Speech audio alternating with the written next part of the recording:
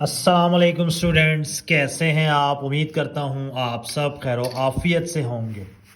Bank reconciliation अपने and की तरफ जा रहा है और आज हमने क्वेश्चन नंबर 22 सॉल्व करना है। Question number 22 basically method number 3 है बैंक रिकॉन्सिलेशन स्टेटमेंट का double balance method. Icom part 1 की ये बुक है प्रिंसिपल ऑफ अकाउंटिंग और चैप्टर नंबर 8 है cash book and bank reconciliation statement. Question number 22 double balance method का क्वेश्चन है। Double balance method इसको क्यों कहा जाता है? क्योंकि इसमें कैश और बैंक दोनों का बैलेंस गिवन होता है। क्वेश्चन में आपके पास दो बैलेंसेस गिवन होंगे जिसकी वजह से इसको नाम दिया गया है डबल बैलेंस मेथड। फॉर्मेट इसका है serial number, detail, debit, credit, cash book. जो आइटम्स हम रिवाइज कैश बुक में मेंशन करते थे वो यहाँ पर कैश बुक में मेंशन होंगे। एंड डेबिट, क्रेडिट, पासबुक या बैंक स्टेटमेंट, जो आइटम हम बैंक रिकॉन्सिलेशन स्टेटमेंट में मेंशन करते थे वो हम यहाँ पर पासबुक में। और इस क्वेश्चन को समझने का आसान तरीका है, सिंपली एक रूल है कि जिसने अपना काम नहीं किया वो अपना काम कर देगा। मसलन कोई आइटम कैश बुक में रिकॉर्ड नहीं हुआ तो उसको हम कैश बुक में रिकॉर्ड करेंगे। जो आइटम पासबुक में रिकॉर्ड नहीं हुआ, बैंक स्टेटमेंट में रिकॉर्ड नहीं हुआ, उसको हम बैंक स्टेटमेंट या पासबुक में रिकॉर्ड कर देंगे। तो सिंपली बहुत ही आसान रूल है, जिसने अपना काम नहीं किया वो अपना काम कर लेगा। अब चलते हैं क्वेश्चन नंबर 22 की तरफ। Prepare a bank reconciliation statement under double balance method. उसने मेंशन कर दिया है कि ये क्वेश्चन डबल बैलेंस मेथड से ही सॉल्व होगा। अगर ये मेंशन ना भी करता तो देखें, balance as per bank statement, overdraft as पर कैश बुक, दो बैलेंसेस गिवन है तो आपने क्या करना था, इसको डबल बैलेंस से ही सॉल्व करना है। तो जब भी दो बैलेंस आ जाए, मेंशन करे या ना करे, तो आपने उसको डबल बैलेंस मेथड से ही सॉल्व करना है। तो bank balance as per passbook debit given है 6000, ओवरड्राफ्ट एज पर कैश बुक गिवन है 7400। तो दो बैलेंस आपके पास गिवन है। Number 1 balance as per passbook. चूंकि पासबुक का बैलेंस गिवन है तो पासबुक में आ जाएगा 6000 और उसने बता दिया है कि ये डेबिट बैलेंस है। सेकेंडली कैश बुक का बैलेंस भी गिवन है, ओवरड्राफ्ट एज पर कैश बुक। कैश बुक का ओवरड्राफ्ट बैलेंस क्रेडिट बैलेंस होता है, अमाउंट है 7400। तो पासबुक का बैलेंस पासबुक में, कैश बुक का बैलेंस कैश बुक में। पासबुक का डेबिट बैलेंस गिवन है और कैश बुक का ओवरड्राफ्ट बैलेंस गिवन है, तो हमने यहां लिख दिया है। Number 3 cheque deposited into the bank but not collected. हमने चेक्स बैंक में डिपॉजिट करवा दिए हैं। इट मीन्स के एंट्री कैश बुक में रिकॉर्ड हो गई है but not collected by the bank. Bank ने इसको कलेक्ट नहीं किया। इट मीन्स के ये एंट्री कहां पर रिकॉर्ड होगी? पासबुक में। और कलेक्ट नहीं किया, ठीक करने के लिए हम क्या करवा देंगे? बैंक से कलेक्ट करवाएंगे। जब कलेक्ट करेगा तो इसका मतलब बैंक को पैसे मिलेंगे। बैंक को पैसे मिलने का मतलब है बैंक की लायबिलिटी बढ़ेगी। बैंक की लायबिलिटी इंक्रीज होगी तो हम उसे कहते हैं ये क्रेडिट हुआ है।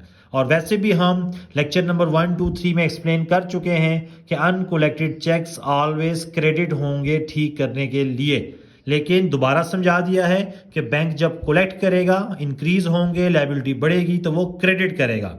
तो बैंक में रिकॉर्ड होगा, क्रेडिट होगा 1940।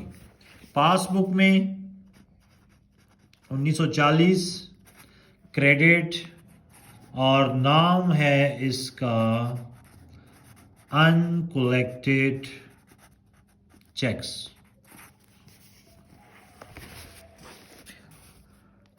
चेक इशूड, इट मीन्स के एंटिटी ने, बिजनेस ने, अकाउंटेंट ने एक चेक इशू कर दिया है। जब चेक इशू कर दिया गया है इसका मतलब है कि कैश बुक में भी ट्रांजैक्शन रिकॉर्ड हो चुकी है। But not yet presented unpresented cheques, इसका मतलब बैंक ने अपना काम नहीं किया। हमने इशू कर दिया, कम कर दिया। बैंक में भी जब वो चेक प्रेजेंट होगा तो बैंक उस कस्टमर को पैसे देगा, क्योंकि जब भी हम चेक प्रेजेंट करते हैं तो उसके बदले बैंक पेमेंट करता है। बैंक जब पेमेंट करेगा, बैंक का बैलेंस कम होगा। बैंक का बैलेंस कम होगा तो बैंक की लायबिलिटी कम होगी, क्योंकि जो बैंक में पैसे पड़े हैं ये बैंक के नहीं है, कस्टमर्स के हैं। लायबिलिटी कम होगी, तो लायबिलिटी जब कम होती है तो डेबिट होता है। इट मीन्स के अनप्रेजेंटेड चेक्स को ठीक करने के लिए हम क्या करेंगे, डेबिट करेंगे। लेक्चर नंबर 3 में अनप्रेजेंटेड चेक्स की कंप्लीट ट्रीटमेंट मौजूद है इस प्लेलिस्ट की, वहां जाकर आप भी देख सकते हैं। तो अनप्रेजेंटेड चेक्स पासबुक में रिकॉर्ड होगा और डेबिट होगा। अमाउंट है 3200, यहां आ जाएगा unrepresented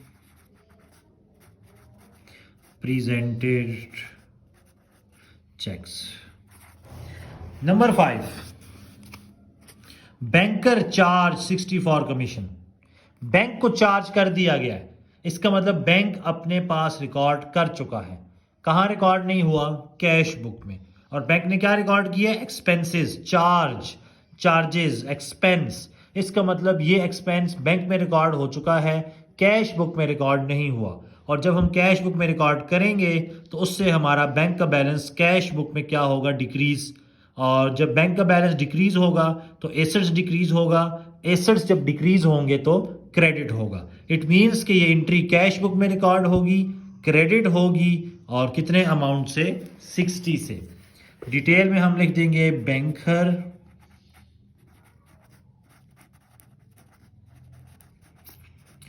charge for commission, expense है, क्रेडिट होगा 60 से। Dividend collected by the bank, dividend collect किया है बैंक ने, इसका मतलब बैंक अपने पास ट्रांजैक्शन रिकॉर्ड कर चुका है। कहां पर ट्रांजैक्शन रिकॉर्ड नहीं हुई? कैश बुक में। Secondly, dividend collected by the bank, income है, पेमेंट रिसीव हुई है बैंक को, तो बैंक ने क्या किया होगा? क्रेडिट। हम जब अपने पास इसको रिकॉर्ड करेंगे तो हमारा बैंक बैलेंस भी क्या होगा? इंक्रीज होगा। और जब हमारा बैंक बैलेंस इंक्रीज होगा तो एसेट्स इंक्रीज होगा, एसेट्स इंक्रीज होंगे तो डेबिट होता है। इट मीन्स कि ये बैंक में रिकॉर्ड हो चुका है, कैश बुक में नहीं हुआ। हम इसे कैश बुक में रिकॉर्ड करेंगे। सेकेंडली, हमारा एसेट्स बढ़ेगा बैंक वाला, तो डेबिट होगा 200 से।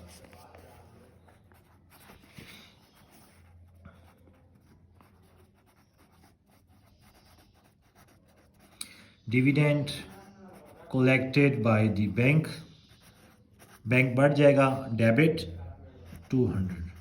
ये हमारे पास टोटल ट्रांजैक्शंस थी जो हमने रिकॉर्ड कर ली हैं। अब इसके बाद हमने करना है balance.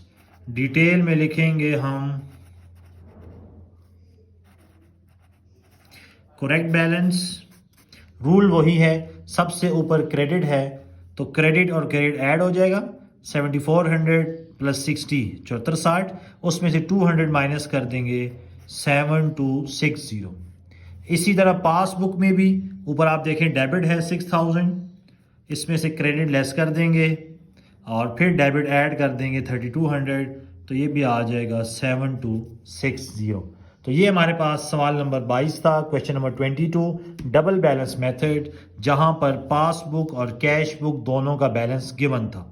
Uncollected cheques, unpresented cheques cash book में तो रिकॉर्ड हो चुके हैं, पासबुक में रिकॉर्ड नहीं हुए, तो हमने पासबुक में इनको रिकॉर्ड कर दिया है। अनकलेक्टेड चेक्स हमेशा क्रेडिट, अनप्रेजेंटेड चेक्स हमेशा डेबिट। एक्सपेंसेस और इनकम बैंक रिकॉर्ड कर चुका है, कैश बुक में रिकॉर्ड नहीं हुआ, इसलिए हमने कैश बुक में रिकॉर्ड कर लिया है। एक्सपेंसेस से चूंकि बैलेंस कम होगा बैंक का, एसेट्स कम होगा, एसेट्स कम हो तो क्रेडिट, हमने क्रेडिट कर दिया, इनकम डेबिट हो गया। सॉल्व करके आंसर आपके पास। तो ये हमारे पास क्वेश्चन नंबर 22 था। उम्मीद करते हैं आपको ये क्वेश्चन क्लियर हो गया होगा। इंशाल्लाह अगले लेक्चर में आपसे नेक्स्ट क्वेश्चन डिस्कस करेंगे। अल्लाह हाफिज़।